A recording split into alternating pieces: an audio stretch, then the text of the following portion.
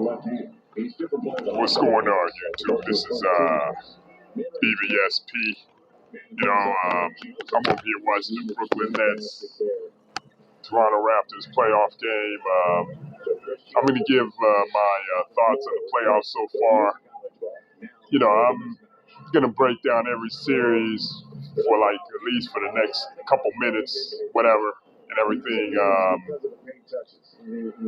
First, I thought I'd start off with this one. It seemed like Brooklyn is pretty much, they don't have that much talent, but they're scrappy, and their collective basketball IQ is pretty much, nice pass. Nice pass. I know Toronto blew them out first game, whatever, and it looked pretty good. I tell you what, Toronto, they might be my pick to come out the East. With the way Milwaukee's looking, and the way Milwaukee's looking, and the way Boston is dealing with some injuries. Turn this TV up real quick. I know Boston lost Gordon Hayward. They lost Gordon Hayward, for an extended period of time. Yeah, they'll get by this round, but I'm not sure they'll be able to beat a Raptors team that's pretty focused and pretty well rounded. Getting back to what Toronto I said about the Raptors, they play with a chip on their shoulder. Collectively they play as great as anybody. They got a good bench, and the main key to this is coaching. And they got a good coaching staff. And Kyle Lowry seems to be shaking his playoff demons is such. He's playing freely now. He's playing like an all-star. He's playing like he's gotten over that hump, and now he's playing with more, assertive. He's asserting himself more. He's more assured of himself in the playoffs. Pascal Siakam is pretty much up and coming star, and Serge Ibaka solid. Anunoby is solid. And they didn't even have Anunoby last year. So,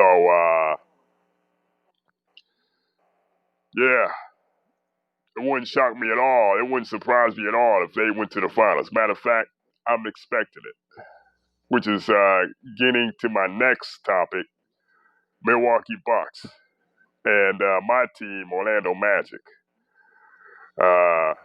First, the Magic, they had a good scoring. They had a good scoring. The scoring, from what I understand, Mo Bamba and Aaron Gordon didn't play in the first game, but they had well-rounded, and of course, Jonathan Isaacs, he's gone, but they had well-rounded scoring from, all-around play, from Evan Fournier to DJ Augustine, Nikolai Vucevic, who seemed like he's been there forever. Nikolai Vucevic been there for 10 plus years, seems like. And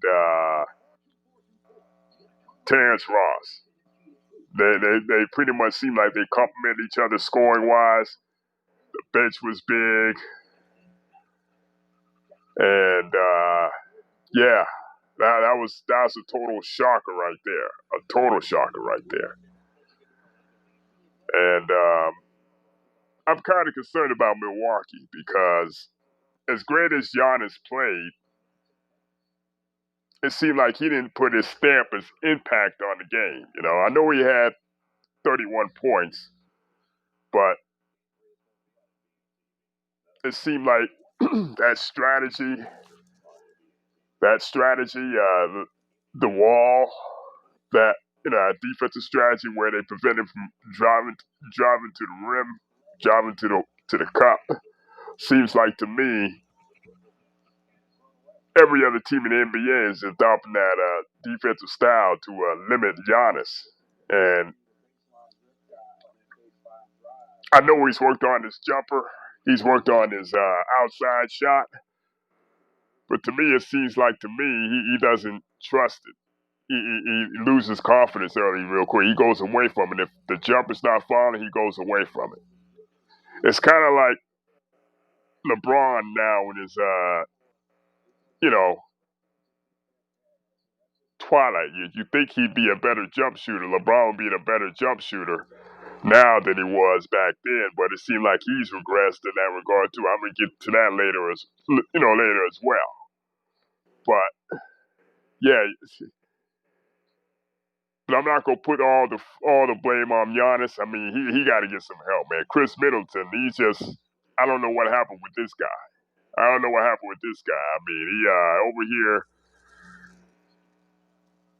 basically doing another disappearing act. I mean, he came up small, he came up short. He didn't show up in the Eastern Conference Finals last year. He basically was one of the main reasons why Milwaukee lost in the Eastern Conference Finals. The Bucks lost in the Eastern Conference Finals last year. That and that bench didn't contribute. When you when your bench when your bench is not as good, when your bench doesn't produce at a consistent rate,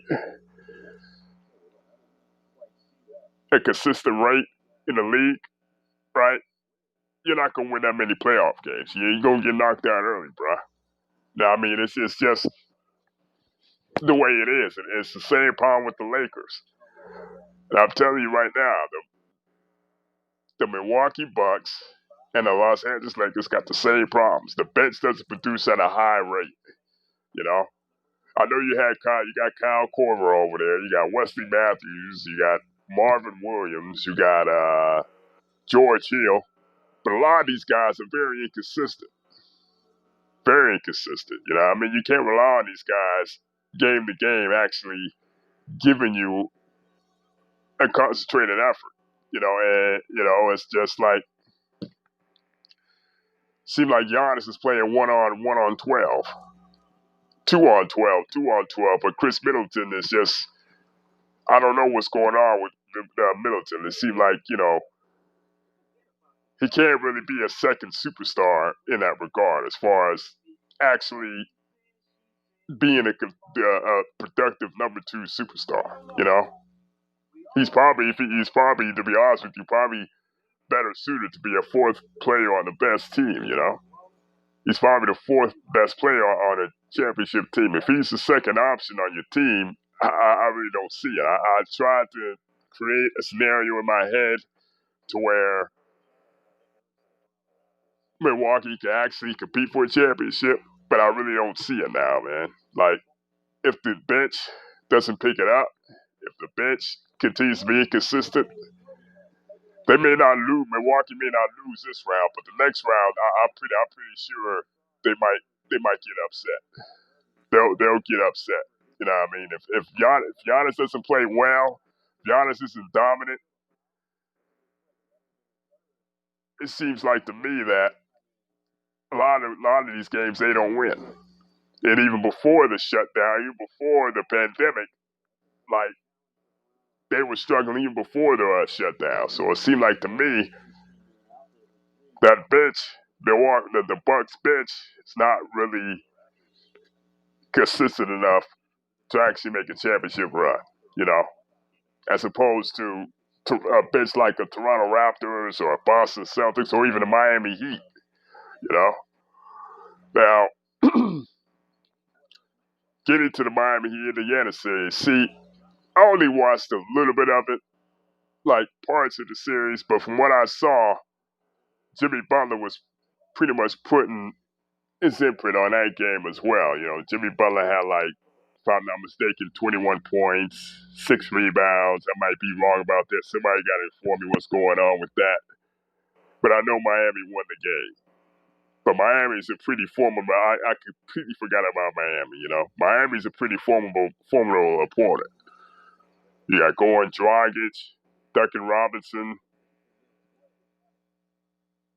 Adebayo, uh, Damon Jones,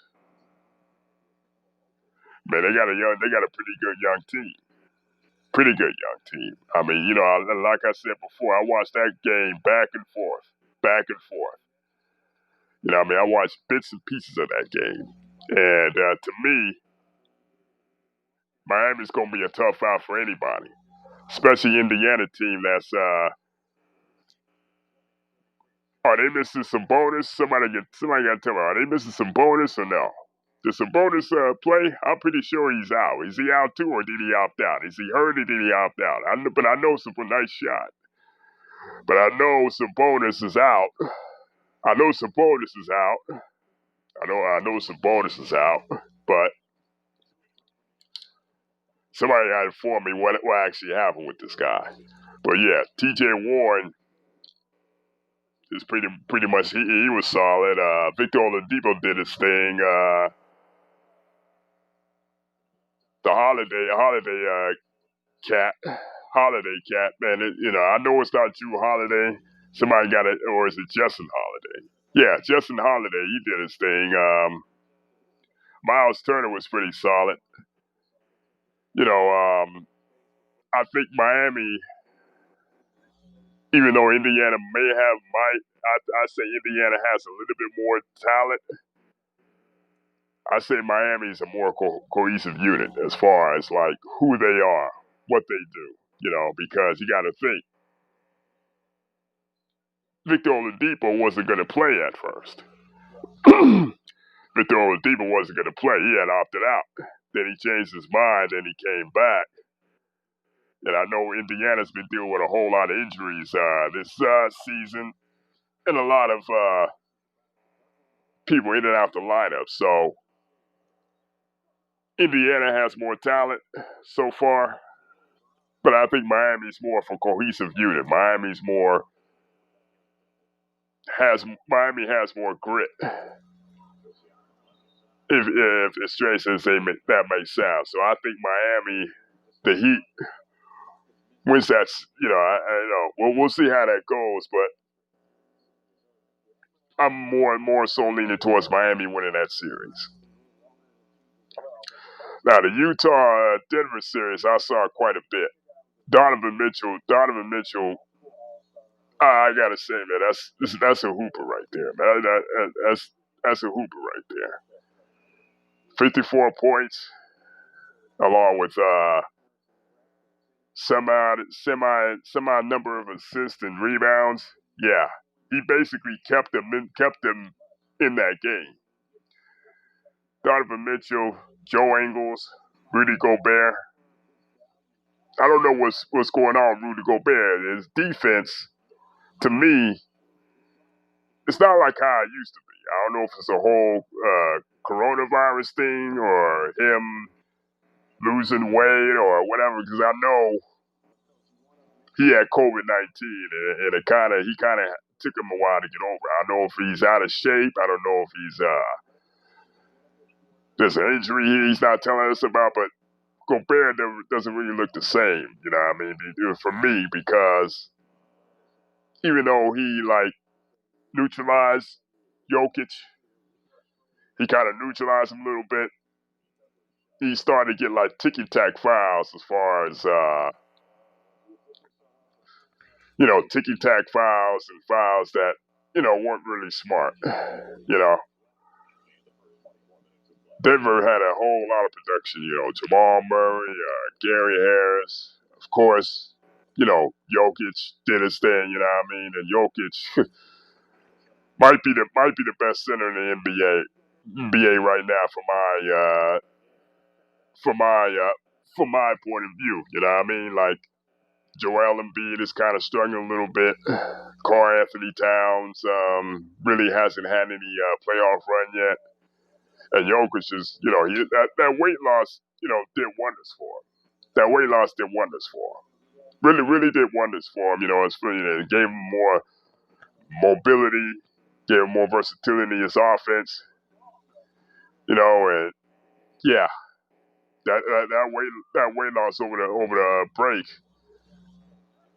pretty much made him a more mobile, versatile player. I'm looking forward to seeing what Game 2 has in store and everything. You know what I mean? Because that was a pretty close game between those two teams. I ain't gonna lie. Donovan Mitchell, great. As bad as the rest of the Jazz were outside of Donovan Mitchell, they still kept that game close. They kept that game close. And Jordan Clarkson was pretty solid for Utah, except for maybe he kind of fell off in OT. But yeah, I expect that series to be dragged out a little bit as well. Now to the Clippers and Mavericks. That was probably one of the best games of the bubble so far, up until the third quarter when that bogus ass ref gave that bogus ass. First of all, Porzingis should have never got that first technical in the first place. I mean, and that's another thing. These refs out here, man. These refs, I don't know what the hell is going on with these refs, man. What the fuck?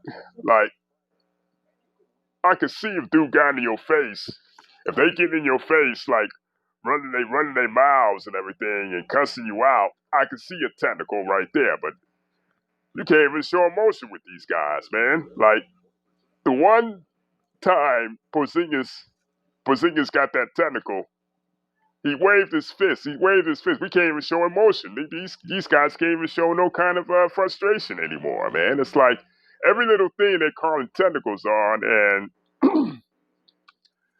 the referees have been very, very subpar in this bubble so far, man. I'm sorry. These referees, man, they botching this whole entire thing, man. And what I'm afraid of, what I'm scared of is they're going to botch everything so much that they're going to cost a team a championship or cost a team a series.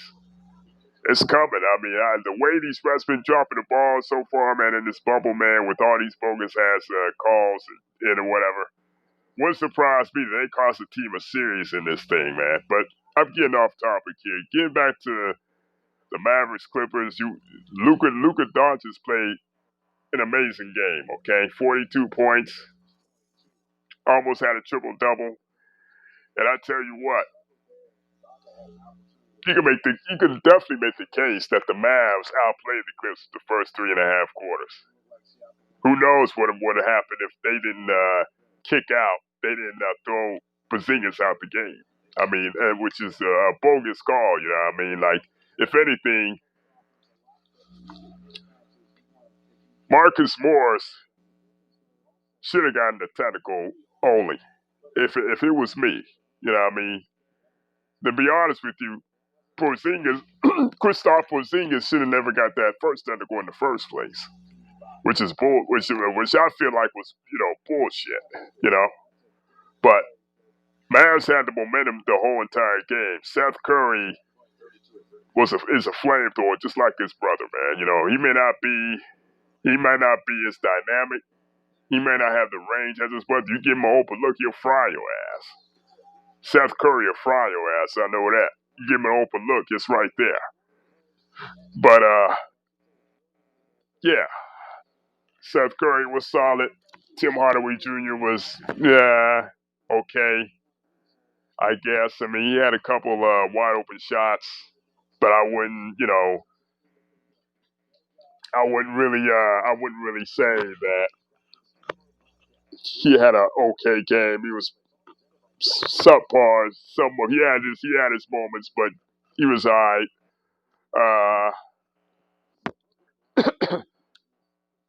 Finney Smith was okay, I guess. Yeah, I feel like the Mavericks took too many threes, and they kind of lost their composure down the stretch. When you take 3 pointers like that down the stretch, you're losing your composure. I mean, you're doing too much, and then Luka had a cool game, and like I said, had an amazing game. But when the Clippers locked down on their defense, is when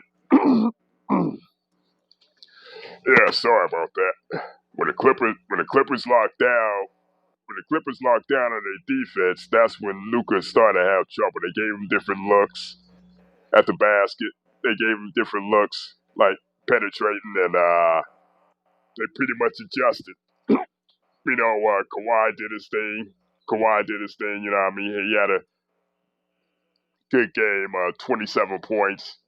Paul George came to play. 29 points and everything. Clippers bench was okay, I guess. Marcus Morris had a couple open.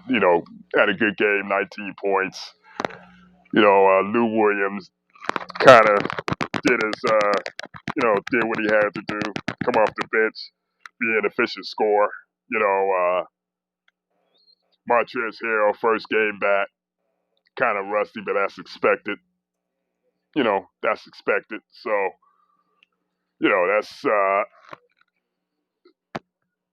you know, but yeah, I feel like Clippers won. I'm not going to take anything away from them, but I feel like Mavs kind of got jobbed by the refs, especially in that third quarter when that when that small scuffle came about,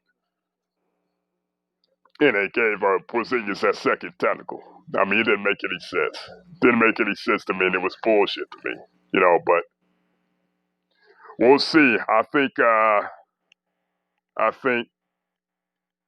Mavs got to win tonight to at least make. Well, not really, but that might be 5 games right there. Mavs inexperience. Clippers got a lot of guys that have experience. They got a whole lot of guys that have experience. That's been to the playoffs. Even though they don't have that championship experience, they have collective playoff experience. So, you know, yeah, Patrick Beverly was doing his usual hacking and usual ripping and running and clownish shit, acting like he did something out there when he was only thing he did was hack and give out fouls. That's what he's there to do. You know what I mean? Patrick Beverly, I never got the hype over Patrick Beverly, man. Like all he doing is out there is hacking and fouling and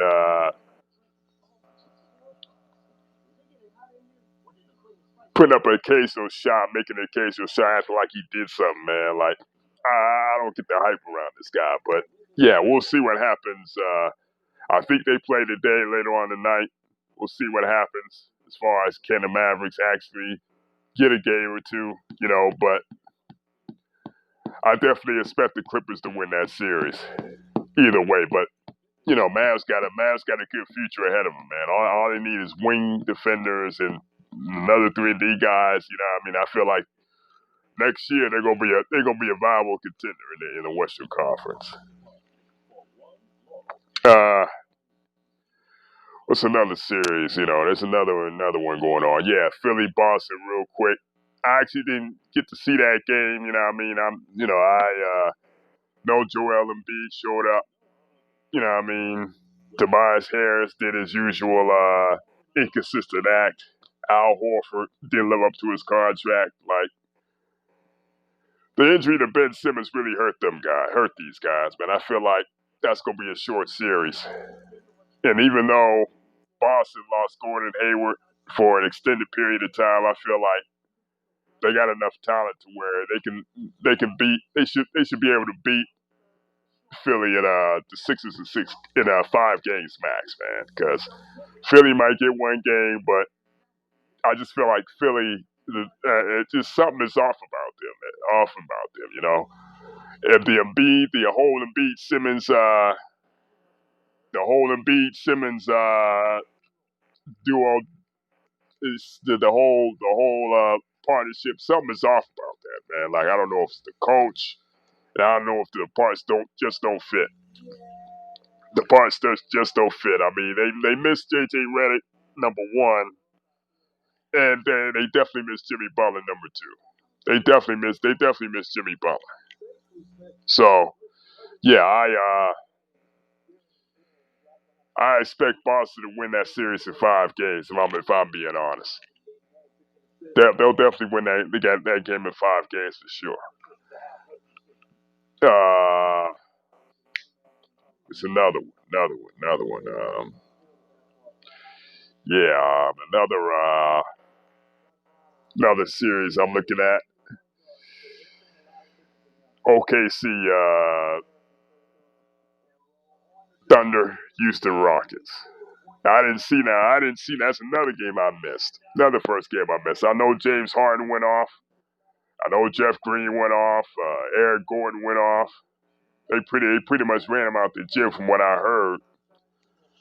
And you know what? I feel like if they can hold on to the fort while Russell recuperates and Russ comes back like game 3, game 4 or something, and they're up in the series, I feel like Houston to win that series. I just see, as great as OKC has been all year, I just feel like in some places they're very inconsistent. Sharon Gildas Alexander, I mean, he was okay. Chris Paul, I mean, as great as he's been all season, he's kind of starting to show his age. Steven Adams is in foul trouble. Like I said, I didn't see the game. I didn't watch the game a little bit because I was out running. I work. I do other stuff. Because I don't sit around the house all day. That's just me. I'm on the move all day. So that's just me. But all in all, game 2 is going to be important. It's going to be important for OKC. I feel like if the Rockets win game 2 and OKC doesn't have an answer for what the Rockets are doing, and if Russell Westbrook comes back game 3 or game 4, I think that series might be over 5 games. 5, maybe 6. 5, maybe 6. So, yeah, I'll make sure I'll definitely watch game 2 of that coming up tomorrow for sure. But who knows? We'll see. Depending on my schedule. The one thing I don't understand is why they having these games early in the afternoon. When people are out working, when people are out doing, taking care of business, why are they having these games so early? If anything, they should start these games at like 5 o'clock in the late afternoon, early evening. That I don't understand. I mean, you can have one game on ESPN and 2 more games on TNT happen at the same time in the late afternoon, early evening window. But I don't get that. I don't understand that, man. But there's another series I wanted to cover too. I'm gonna get to the Lakers and Blazers in a minute, but I'm making sure that I cover everything. I'm just thinking out loud. You gotta give me a second here, everybody, fellas. I know I'm missing one more series. I know I'm missing one more series.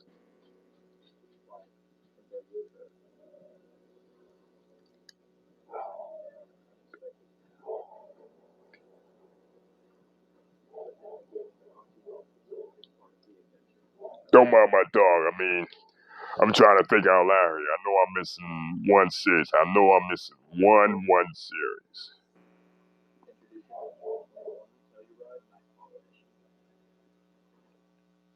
I know I'm missing the series, man. I just gotta figure that out. Like I want to talk about the Heat and Pacers, Bucks Magic,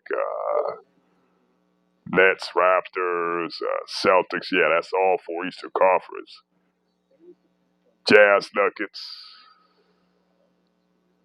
Rockets Thunder. Oh yeah, I covered them all. But yeah, get into the Lakers and Blazers.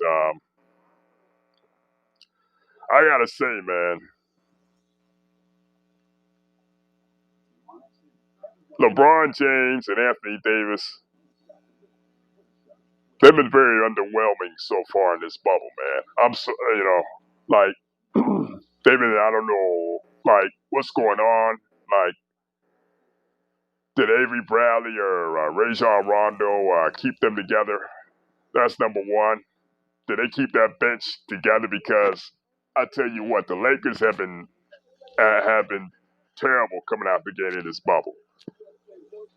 The only signature wins was against the Clippers, Jazz, and was it the Nuggets? But yeah, like both LeBron James and Anthony Davis didn't look particularly well in this bubble at all. I mean, I don't know what's going on. I don't know what happened. I mean, I thought the layoff would help them. Any nagging injuries they had, any inconsistencies they had to work on, they can work on it.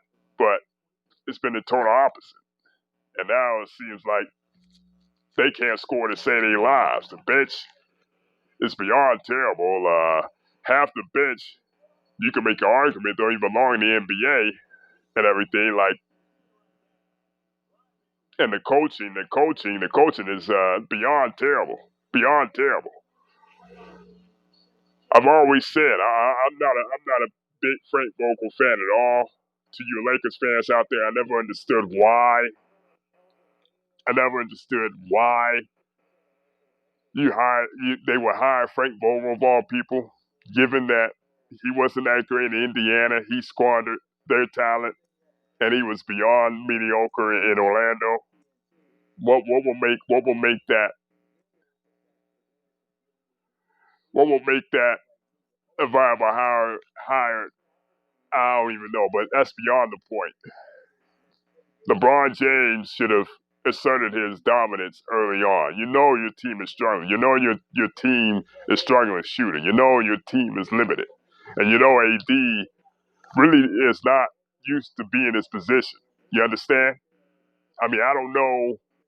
You know, I know he's been far in the playoffs. The farthest, yeah, Anthony Davis has been in the first round, but you're the guy, LeBron James, you're the guy that's been in the 8 straight NBA finals. You're the guy that's won 3 championships. You're the guy you're the guy that's inspired to be on that Rushmore. And like you had to come out and assert your dominance. You had to have AD come with you in your lead, and the rest of the role players follow.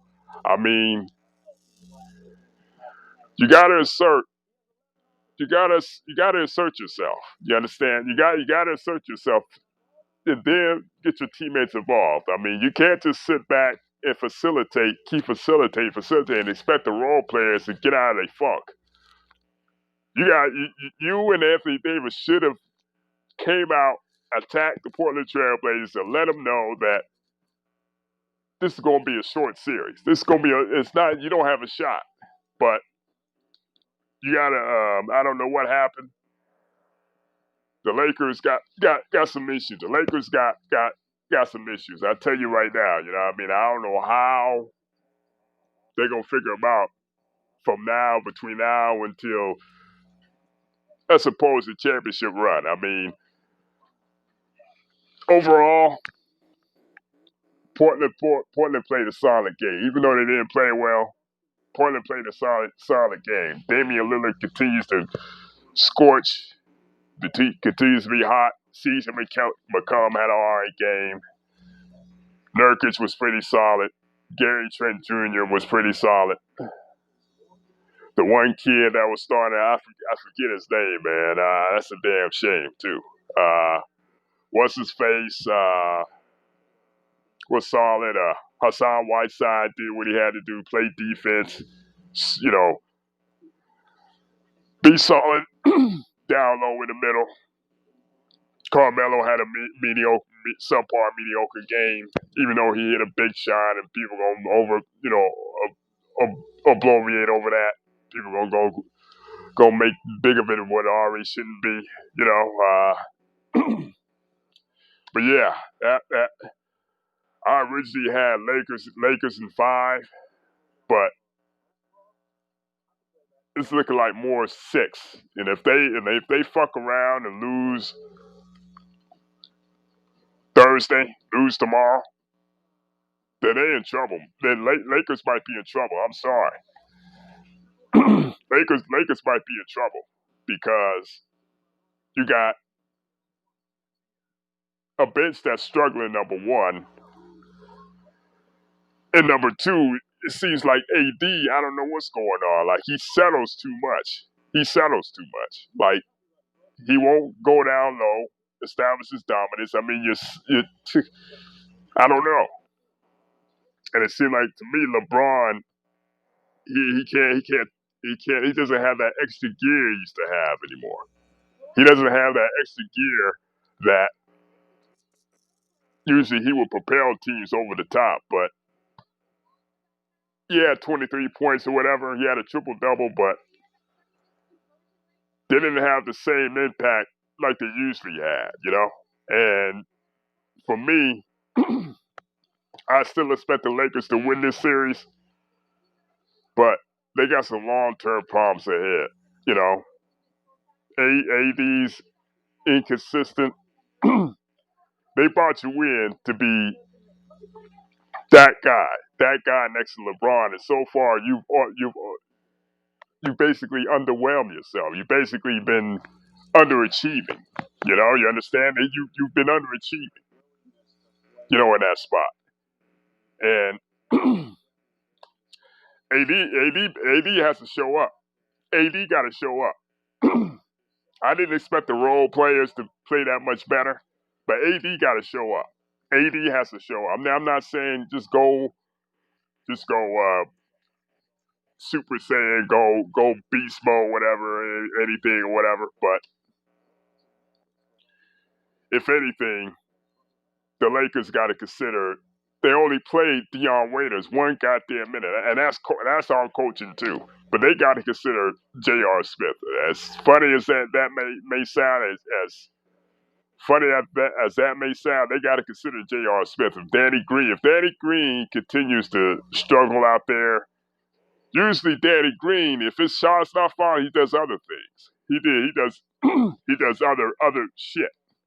But now it's like he can't even do that. It's like he's declined as well. So if Danny Green continues to struggle, you got to consider benching him for J.R. Smith. You know, that's the only option the Lakers got left because everybody else is breaking shots and Kyle Kuzma's okay, but I don't expect a rookie who's in this situation to be a third option in big playoff games. So Lakers got some problems, and if they do happen to advance, I try to imagine a scenario in which they eke out the championship. Things go their way, some breaks go their way, and they eke out the championship. But now, I don't see it. With the way their bench is constructed, the way AD comes and goes, and LeBron is like, he's 17 years in. LeBron James 17 years in. He has declined. He has declined. And I don't think he's that good anymore to where he can will his teams to victories in the playoffs. I might be wrong. I might be wrong. But from what I've seen, he's not as explosive. LeBron can't impose his will on teams in the postseason like he could even as early as 2-3 years ago. So overall, I still expect the Lakers to win the series. It may end in 5. The realistic option is 6. I say the realistic option is it goes 6. But yeah, tomorrow's a must-win game. Must-win game for the Lakers, man. Tomorrow's a must-win game. Now, I don't know what can they do or how can they do to actually have an actual shot. But if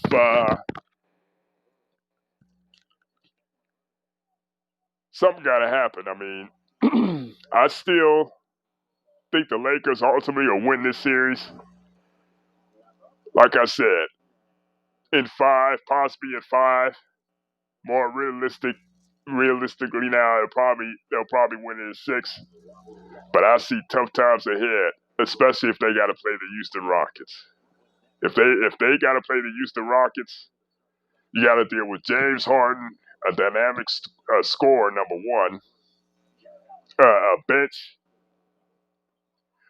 that's playing well. You got Jeff Green, you got Aaron Gordon, you got Tucker down low. Even though Tucker is undersized, he's got that bulldog instinct in him. He's got that bulldog mindset. You know, he's not gonna back down from nobody, no matter how big you are. And then you got Russell Westbrook coming at you 100 miles an hour for 60 minutes. I just don't see next round how Lakers win that series. I might be wrong, but we'll see. But tell me what y'all think.